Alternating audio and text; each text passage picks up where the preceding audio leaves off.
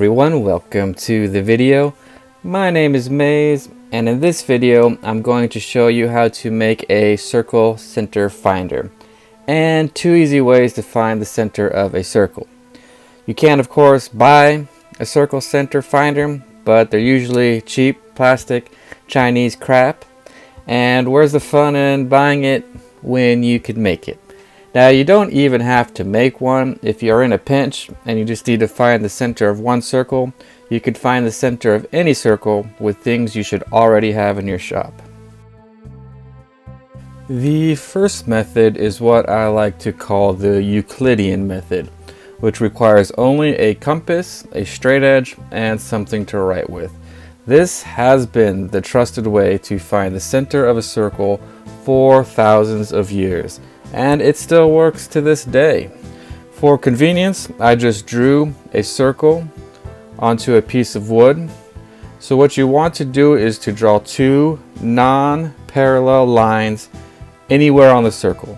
It's better to stay towards the sides, as things can get kind of clustered in the middle easily in this method. Then place your compass on the intersection of the circle and your line, and set the compass so it goes just over halfway, and you can just eyeball it. The closer you get to center the better, but you have to go past the center. Then you draw an arc, and you do this from both sides of your line and to both lines. Now where those 2 arcs cross is the exact center of your lines.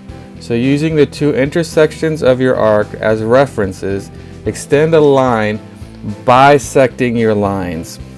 Do this for both lines, and where the 2 bisecting lines intersect is the center of your circle. And you can do more than 2 lines if you want, but as it's a 2-dimensional shape, you only need 2 lines. The second, much easier and more convenient method is one I call the Carpenter's Method. And in order to do this one, you need 2 combination squares. So to do this, you take the 45-degree angle of one and match it to the 90-degree angle of the other one, making sure the ruler part of it goes right into that 90-degree corner. And then you just place it on your circle and draw your line. And then you draw at least 2 lines, but a few lines is better, more accurate. And where all these lines meet is the center.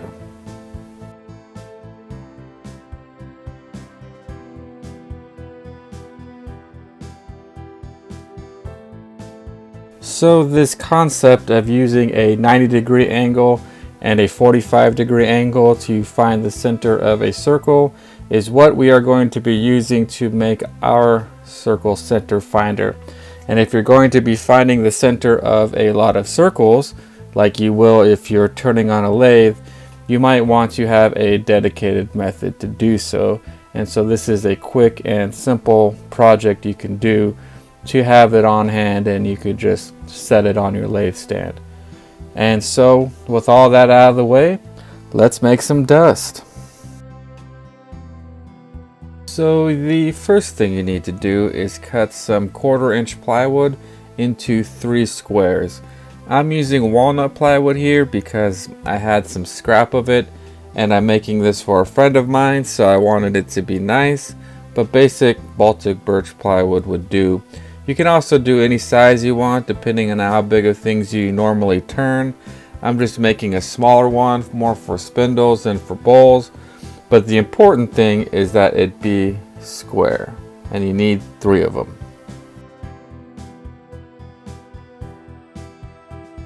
And then you take 2 of those squares and glue them together.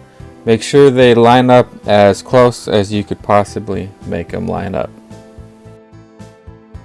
Then while those are drying, cut the 3rd one from corner to corner at exactly 45 degrees. It's important that it be exactly 45 degrees. Once your first section is dry, it's a good idea to true it up on the table saw just to make sure it's nice and square.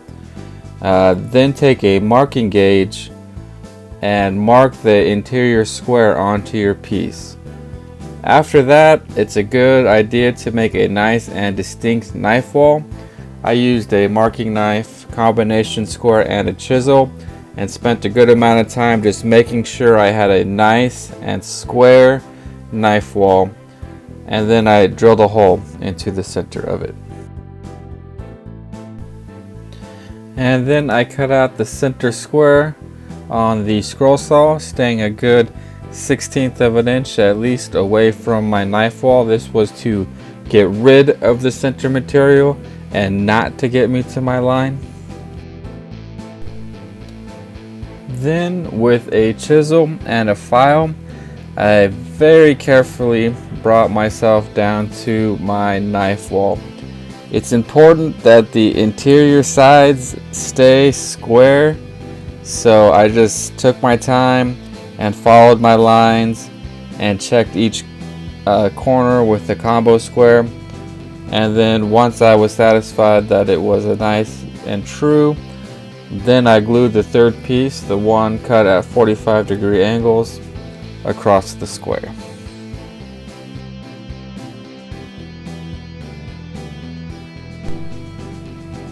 And you could just leave it there, really, if you wanted to. And honestly, if it was just for me, I probably would have. But this is for a friend of mine, so I wanted to make it nicer.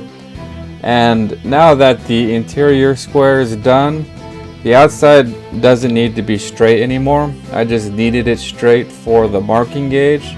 So since my friend's a woman, I wanted to make a design I thought would be a little bit more elegant, and so I carved it out on the belt sander. It's subtle, so I didn't really need to go to the scroll saw.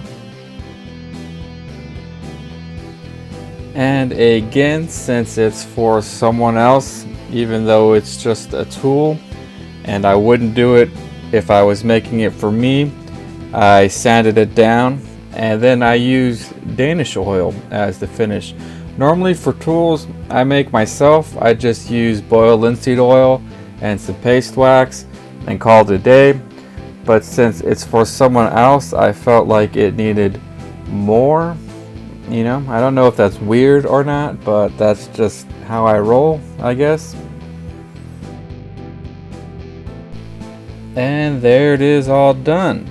And as you can see in this picture, it splits the center of this plastic cup perfectly.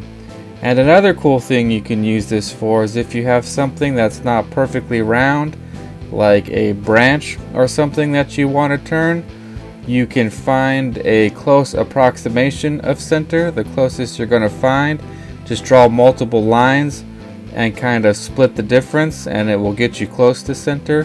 And so you could use this for that as well. And that's the video. Thank you very much for watching. If you haven't already, hit that like button, subscribe for more content like this, ring that bell for notifications, and maybe watch another one of my videos. You can follow me on Instagram if you want to see more of my work or some sneak peeks, and stay tuned for my website, which I'm currently building. So thanks for watching, and don't forget, support your local craftsmen or get out in your workshops and make your own dust. And together we can make making great again.